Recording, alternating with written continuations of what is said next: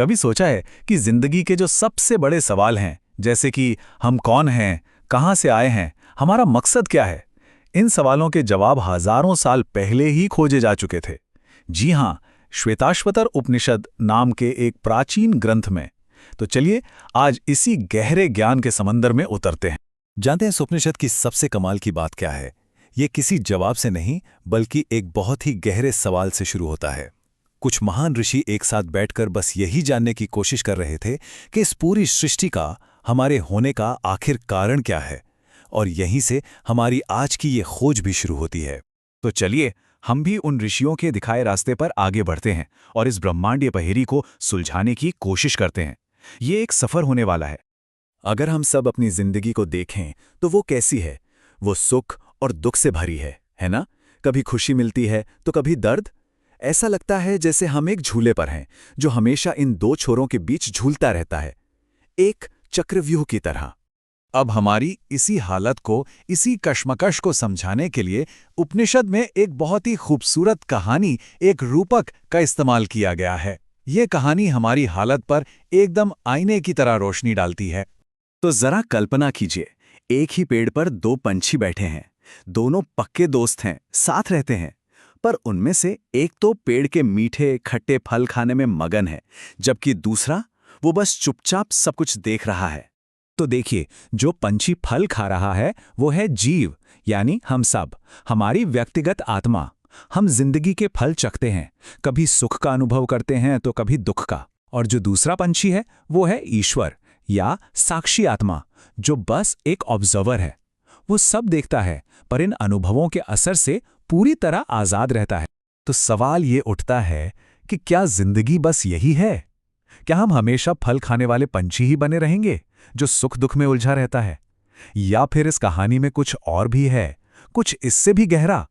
और इसी सवाल का जवाब हमें इस पूरी पहेली के पहले सबसे बड़े सुराख तक ले जाता है, और वो सुराख है ब्रह्म की अवधारणा। तो ये ब्रह्म आखिर है क्या? इसे ऐसे समझिए कि ये वो परम सत्य है, वो कैनवस है जिस पर ये पूरी कायनात की तस्वीर बनी हुई है। ये हर जगह है, लेकिन इसका कोई रूप, कोई आकार नहीं है। हर चीज का सोर्स यही है। उपनिषद बताता है कि ब्रह्म कभी नहीं बदलता। वो समय और स्थान के भी परे है। उसे ना तो सुन सकते हैं, ना छू सकते हैं, ना देख सकते हैं। फिर भी जो कुछ भी मौजूद है वो सब उसी से निकला है। इसको समझाने के लिए एक बहुत ही क्लासिक मिसाल दी जाती है, रस्सी और सांप की। मान लीजिए अंधेरे में एक रस्सी पड़ी है और हम उसे गलती से सांप समझ बैठते हैं, डरते हैं, चिल्लाते हैं। लेकिन सच्चाई क्या है? सच्चाई तो सिर्फ रस्सी है, सांप तो बस एक भ्रम था। ठीक वैसे ही ये दुनिया अपने सुख दुख के साथ उस सांप की तरह एक भ्रम है। असली चीज तो वो रस्सी है, यानी ब्रह्म। और यहीं पर सबसे बड़ा सवाल खड़ा होता है। अगर सब कुछ ब्रह्म ही है, वो एक ही परम सत्य है, तो फिर हम क्या हैं?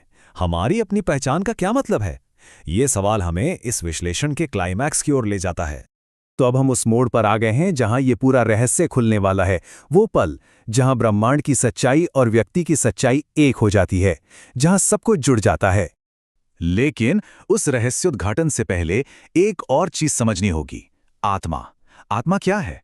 सीधे शब्दों में कहें तो ये हमारे अंदर की मैं वाली भावना है। वो शुद्ध चेतना जो इस दुनिया को देख रही है, महसूस कर रही है, हमारा सबसे असली स्वरूप। और यहीं पर मिलता है उस सबसे बड़े सवाल का जवाब। उपनिषद की जो सबसे बड़ी शिक्षा है वो ये है कि हमारे अंदर की आत्मा और इस पूरे ब्रह्मांड की परम सच्चाई यानी ब्रह्म, वो दो अलग अलग चीजें नहीं हैं, वो एक ही हैं। उनमें कोई फर्क नहीं है। ठीक है, ये जान लिया तो क्या? इसका हमारी रोज की जिंदगी से, हमारे दुखों से क्या लेना देना है? इस ज्ञान का असल मतलब क्या है? देखिए, उपनिषद कहता है कि ये कोई किताबी ज्ञान नहीं है, ये सिर्फ एक आइडिया नहीं है जिसे याद कर लिया। नहीं, ये एक गहरा एहसास है, एक रियलाइजेशन। और जब ये एहसास होता है तो वो हमें हर तरह के दुख और बंधन से आजाद कर देता है। इसी आजादी को मोक्ष कहते हैं। तो रास्ता एकदम सीधा है। जैसे ही ये एहसास होता है कि हम इस ब्रह्मांड से अलग नहीं बल्कि उसी का हिस्सा हैं, तो वो अकेलेपन और अलगाव का भ्रम टूट जाता है, जो सारे दुखों की असली जड़ है। और जब वो भ्रम टूटता है तो जन्म मृत्यु का चक्र भी थम जाता है। और यहीं पर यह उपनिषद हमें एक बहुत गहरे सवाल के साथ छोड़ जाता है। अगर आज़ादी कोई ऐसी चीज़ नहीं है जिसे बाहर से पाना है, बल्कि वो तो हमारा असली स्वभाव ही है, तो फिर वो कौन से भ्रम हैं, वो कौन सी गलत धारणाएं हैं जो हमें अपनी ही सच्चाई को देखने से रोक रही हैं? ये प्राचीन ज्ञान हमें अपने अंदर झांकने का न्योता देता है।